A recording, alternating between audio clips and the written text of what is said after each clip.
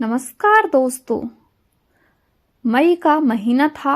गर्मी बहुत जोरों की पड़ रही थी।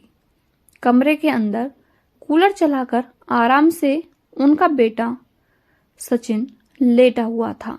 तभी बहू निक्की कमरे के अंदर आई और झुंझलाते हुए बोली, सचिन, मैं तो इस बुढ़े से परेशान हो चुकी हूँ। तुम आज के आज इस बुढ़े को कहीं भी छोड़कर आ जाओ। अब तुम्हारा कोई और बहाना नहीं चलेगा। मैं कुछ नहीं जानती। दिन भर मेरे सर पर बैठा रहता है। इसने मेरा जीना हराम कर रखा है। सारा दिन इधर उधर खांसता फिरता रहता है। देखो सचिन, अभी हमारे बच्चे छोटे हैं। बच्चे बीमार हो गए तो हम क्या करेंगे? बुढ़ा सुनता भी तो नहीं है। कितनी बार कहा है, तली हुई चीज मत खाया करो और ठंडा पानी मत पिया करो, पर मानता ही नहीं। अब इसकी जिंदगी तो पूरी हो गई, लेकिन हमें क्यों जीते जी मारना चाहता है। जल्दी से जल्दी इसे किसी वृद्ध आश्रम में छोड़ाओ या फिर दोनों बेटों के यहाँ भेज दो। नोएडा में रहकर मौज ले रहे हैं और बूढ़े को हमारे ऊपर छोड़ गए। निक्की यह सारी बात अपने पति सचिन से कह रही थी। तभी रतन जी उधर से गुजरे और उनके कानों में यह सारी बातें सुनाई पड़ी। मैं तुम्हें 1-2 दिन का टाइम देती हूँ। अगर तुमने 1-2 दिन में कोई फैसला नहीं किया और इस बुढ़े को अपने बड़े भैया के पास छोड़कर नहीं आए, अरे मैं तो कहती हूँ इसे कहीं रोड पर ही फेंक आओ। अब हमें कोई जरूरत नहीं है इस बुढ़े की। अगर तुमने ऐसा नहीं किया तो देख लेना, मैं बच्चों को छोड़कर अपने मायके चली जाऊंगी। बुढ़े से जरा सा काम करने को बोलो तो उसके हाथ पैर कांपने लगते हैं। कल मैंने पशुओं को बदलने के लिए बोल दिया तो गाय का पूरा दूध बछड़े को पिला दिया। खाने के अलावा दूसरा और कोई काम इन्हें करना ही नहीं आता। कल मुझे बच्चों के लिए दूध डेयरी से मंगाना पड़ा। जब देखो तब खाने की फरमाइश करते रहते हैं। बहू के मुंह से ऐसी बात सुनकर रतन जी का दर्द आंखों से छलक रहा था। नजरें घुमाकर अपने प्यार से बनाए घर को देखने लगे। फिर अपनी पत्नी की तस्वीर की तरफ देखा। काश तुम जिंदा होती।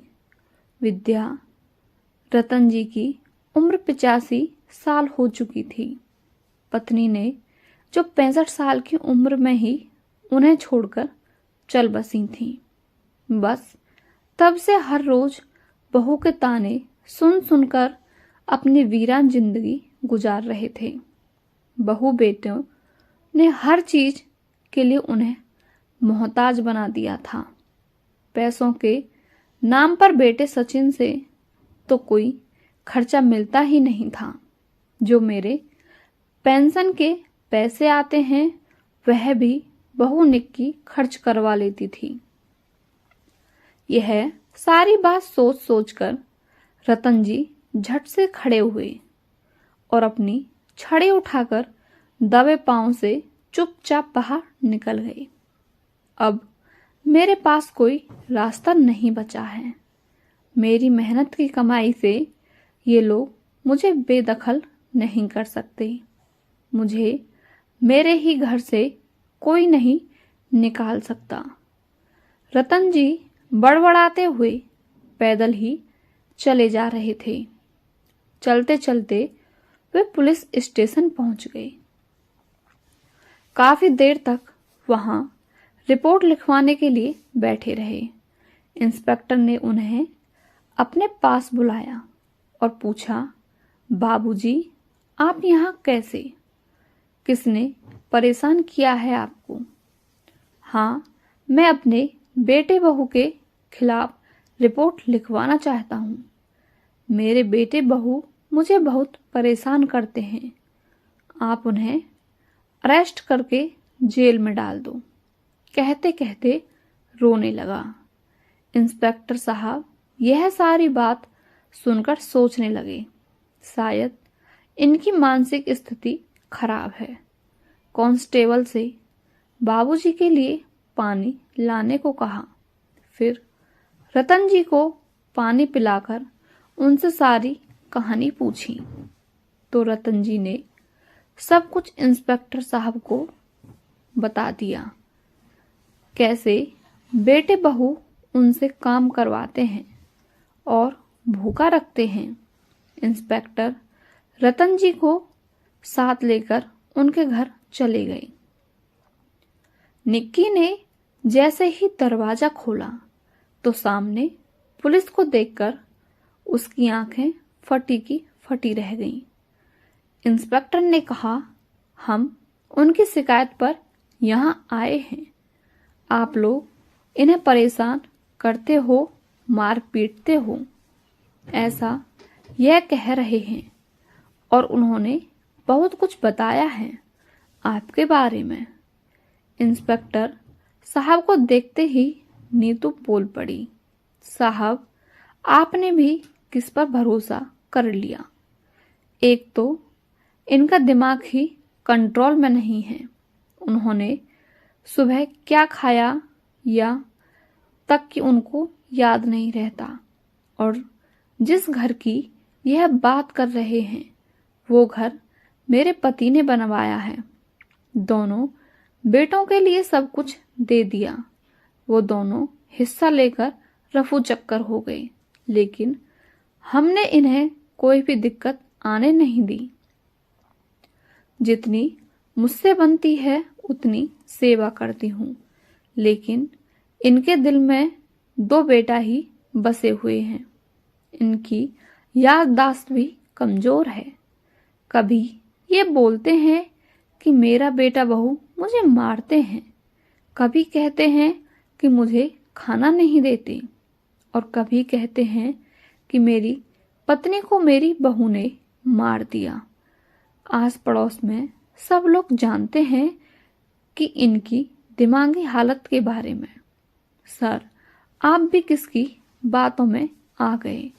आप जाइए। सर, ससुर जी की तरफ से मैं माफी मांगती हूँ आपसे। अगर आपको भरोसा नहीं है तो चलिए अंदर, मैं आपको दिखाती हूँ। निक्की पुलिस वालों को घर के अंदर ले गई।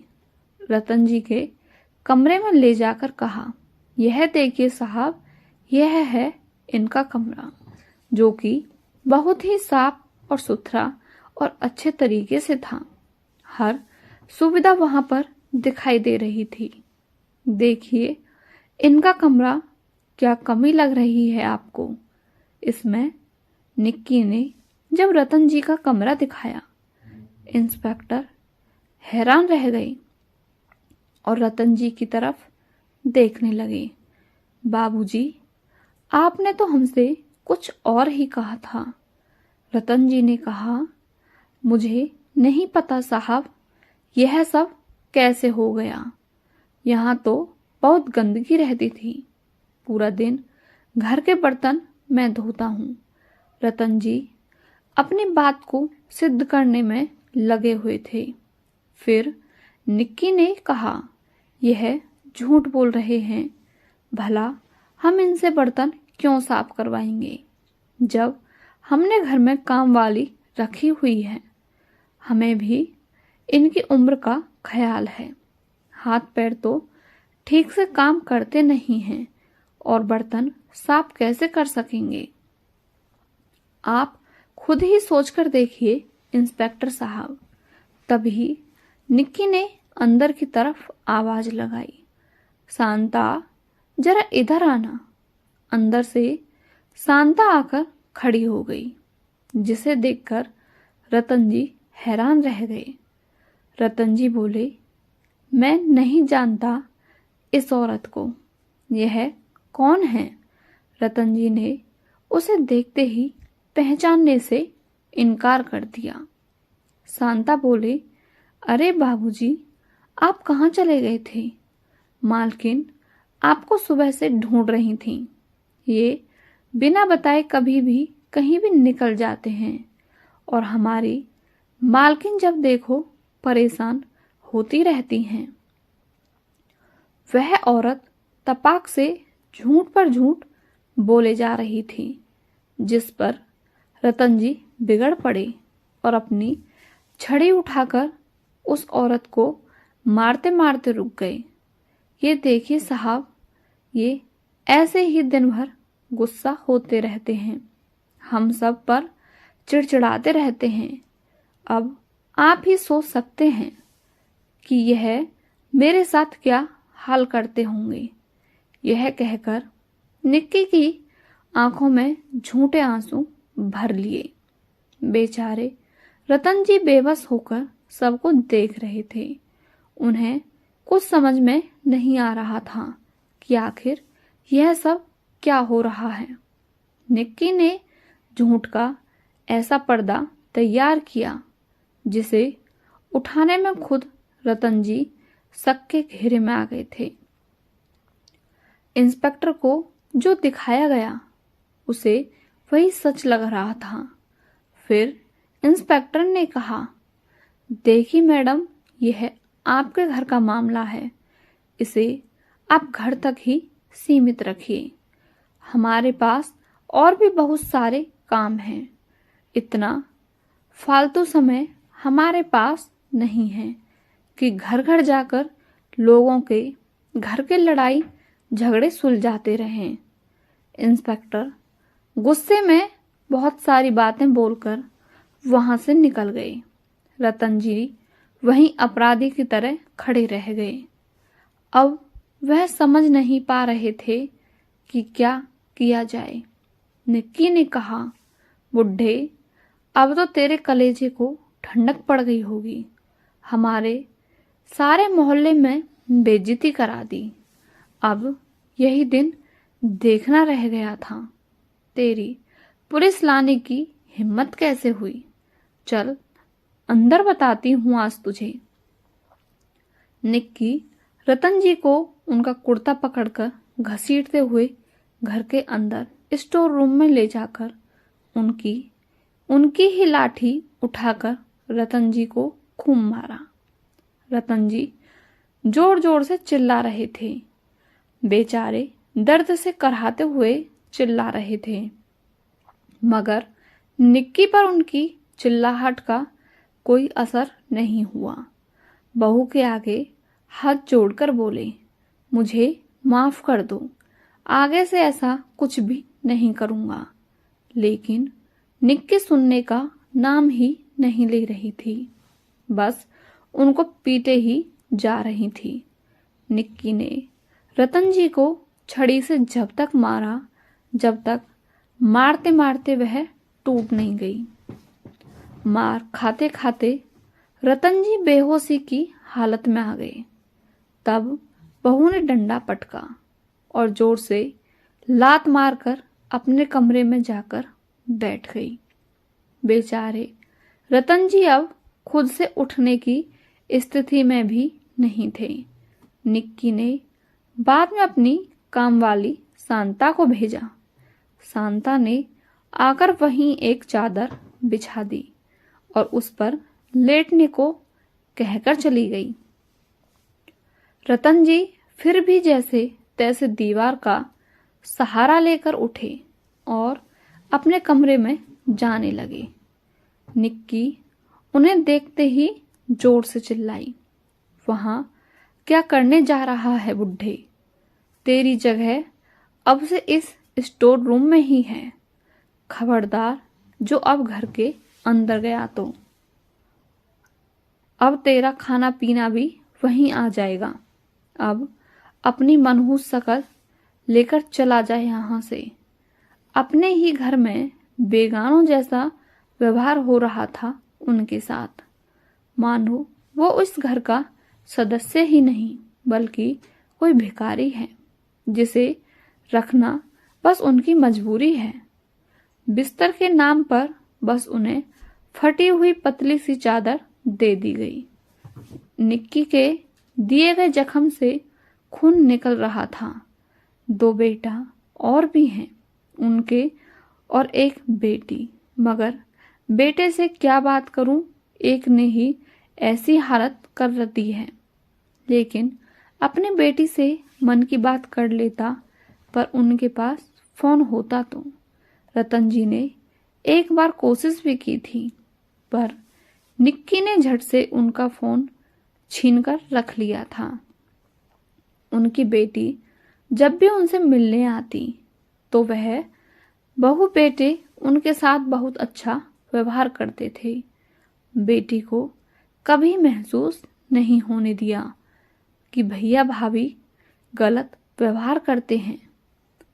सुबह रतन जी को जाते देखकर निक्की ने सोचा, चलो बुड्ढा खुद ही चला गया। चलो अच्छा है, अब मैं आजादी और चैन से रहूंगी।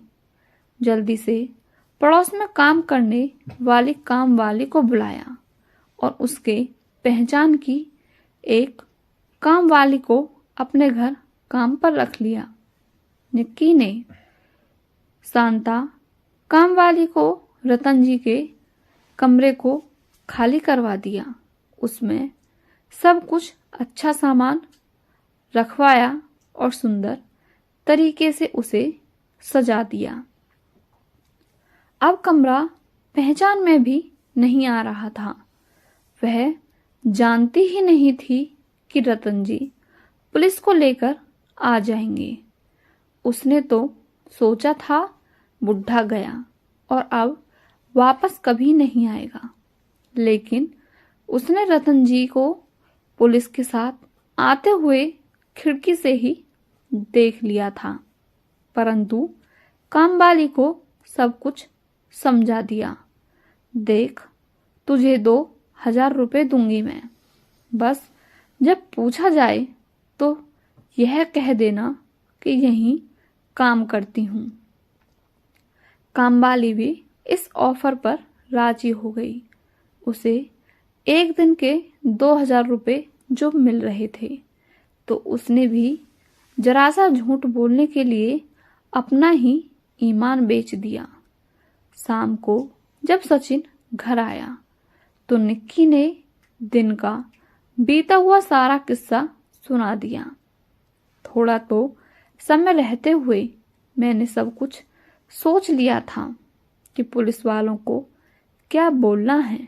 अगर मैं उनको खिड़की से नहीं देखती तो आज ये बुढ़ा हमें जेल भिजवा ही देता, मगर आज उनके जाने का यह फायदा हुआ कि इनका कमरा साफ सुथरा देखकर पुलिस ने इन्हें ही खरी खोटी सुना दी।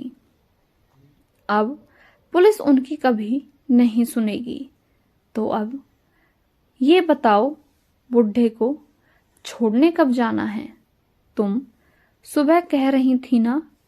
सचिन ने सुबह वाली बात को दोहरा दिया। अरे अभी नहीं भेज सकते, मोहल्ले वालों ने और पुलिस वालों ने देख लिया है। अगर अब ये गायब हो गए तो पुलिस को शिकायत कर देंगे और फिर पुलिस हमें ही ले जाएगी। तो कुछ दिनों के लिए शांति रखो तुम। जब भेजना होगा मैं बता दूंगा। इस पर सचिन भी चुप होकर बैठ गया। बाप की हालत जानने की उसने जरूरत भी नहीं समझी थी। रतन जी घर के पीछे बने स्टोर रूम में ही पड़े रहते थे। वहीं उन्हें रूखा सूखा खाना दे दिया जाता था। समय बीतता गया और धीरे धीरे 1 महीना गुजर गया।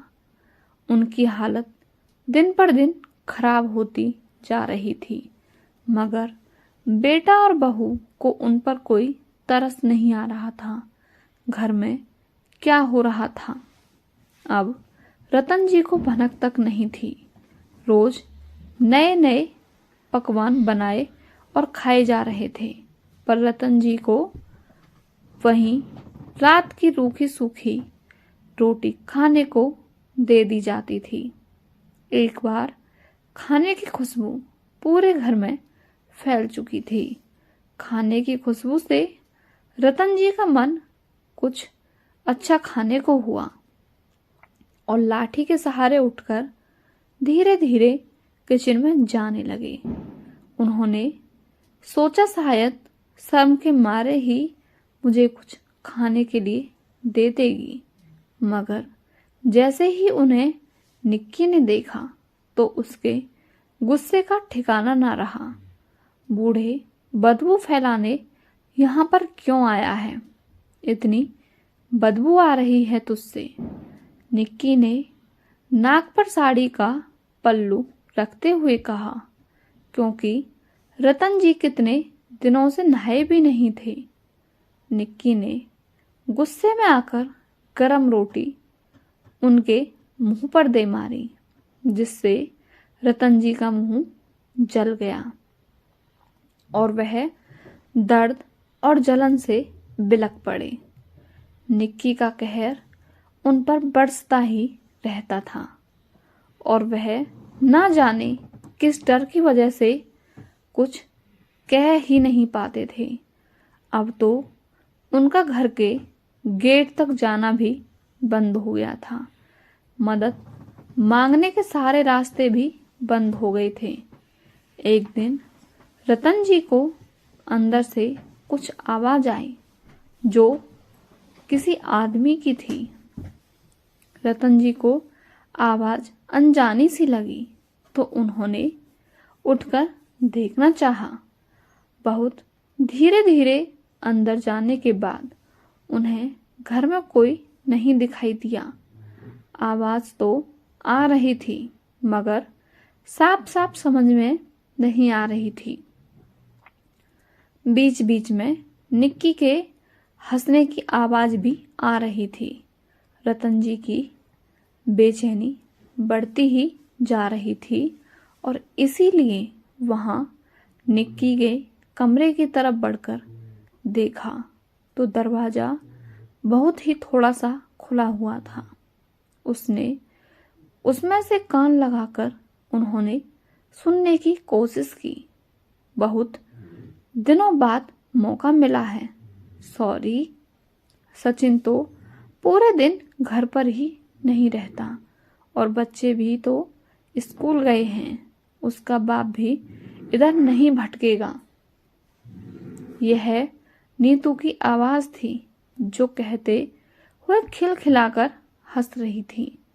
आओ तो पास में आज फिर मौका क्यों गवाएं। यह न जाने किसकी आवाज थी, जिसके वाक्य को सुनकर रतन जी की आंखें खुली की खुली रह गईं। रुको, अभी मैं शांता काम कर रही है। जब वह चली जाएगी तो फिर कोई डर नहीं रहेगा। बस थोड़ा सा इंतजार करो। निक्की हंसते हुए यह कहकर चली गई। यह औरत तो कुछ और ही गुल खिला रही है। रतन जी सोच और समझ ही रहे थे कि निक्की की बाहर आई तो उसने रतन जी को चुपके से बात सुनते हुए देख लिया। ये देखकर निक्की ने चिल्लाना शुरू किया, बूढ़े, आज मैं तेरी जान ले लूंगी।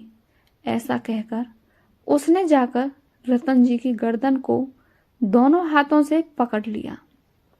बेचारे रतन जी छुड़ाने की भरपूर कोशिश कर रहे थे और आज सचिन ने भी उनके साथ दिया। जब निक्की ने नहीं छोड़ा तो सचिन ने निक्की के ऊपर हाथ उठा दिया। एक के बाद एक जोरदार थप्पड़ निक्की के गाल पर जड़ दिए, जिससे उसकी पकड़ ढीली हो गई और रतन जी की गर्दन छूटते ही नीचे गिर पड़ी। आज सचिन को अपने बाप की हालत पर तरस आ रहा था। वो नहीं चाहता था कि उसके बाप की ऐसी हालत हो, लेकिन अपने परिवार के बारे में सोचकर चुप रह जाता था। आज उसने अपने बाप के लिए परिवार के बारे में भी नहीं सोचा। सचिन ने उन्हें उठाकर बैठाया और पानी पिलाया। पानी पिलाकर आराम करने को कहा।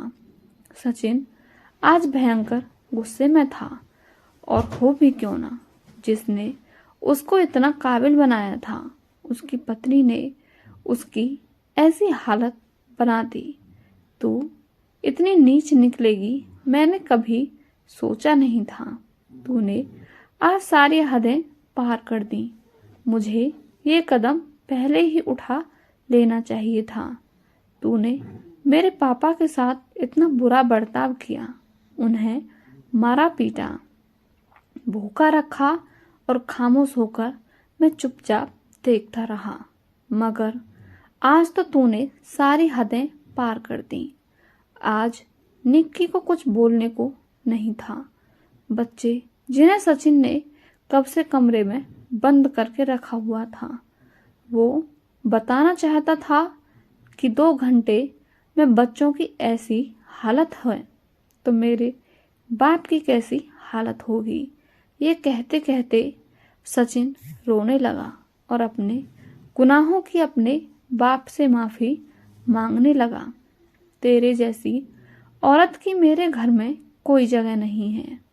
सचिन ने निक्की को धक्के मारकर घर से बाहर निकाल दिया। निक्की घर के बाहर खड़ी सोच रही थी कि उसकी हुई गलती फिर से सचिन भुला देगा, और वह माफ़ी मांगती रही, जैसे पकड़े जाने के बाद हर कोई मांगता है। मगर आज उसे माफ़ी नहीं मिलने वाली थी। फिर वह बाबूजी से माफ़ी मांगने लगी। बाबूजी, मुझे माफ़ कर दीजिए। जैसे ही बहू माफ़ी मांगने को रतन जी की तरफ मुड़ी, उनका दिल निक्की के लिए नफरत से भर आया। मेरे साथ इतना सब कुछ करके माफ़ी मांग रही है, रतन जी अपने आंसू भरी आंखों को पोंछते हुए कहा। आज कितना भी शर्मिंदा हो लो तुम, मगर तुम्हारे कारण अपने ही बाबूजी के आगे मैं भी शर्मिंदा हूँ। तेरी करतूतों ने मैंने तेरा साथ दिया था, अपने बाप का कितना दिल दुखाया। बाबूजी, प्लीज़ मुझे माफ़ कर दीजिए। मैं इस औरत की बातों में आकर अपने देवता समान बाबूजी के साथ कितना गलत कर बैठा। भगवान भी मुझे कभी क्षमा नहीं करेंगे। आज वाकई में ही सचिन को अपने किए पर पछतावा हो रहा था। निक्की, तुमने अपने हाथों से आज अपने ही घर को जला दिया। अब तुम हमारी नज़रों से दूर चली जाओ। हमारे घर में और हमारे दिल में तुम्हारे लिए अब कोई जगह नहीं है। निक्की निक्की घर के दरवाजे पर खड़ी खड़ी रोते रोते माफ़ी मांग रही थी, मगर आज कोई उसका सुनने वाला नहीं था।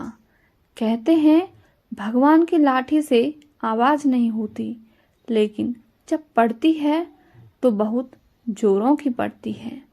आपको हमारी कहानी कैसी लगी हमें कमेंट करके अवश्य बताएं, और यदि आप हमारे चैनल पर नए हैं तो हमारे चैनल को सब्सक्राइब करके बेल आइकन अवश्य प्रेस करें। आपका बहुत बहुत धन्यवाद।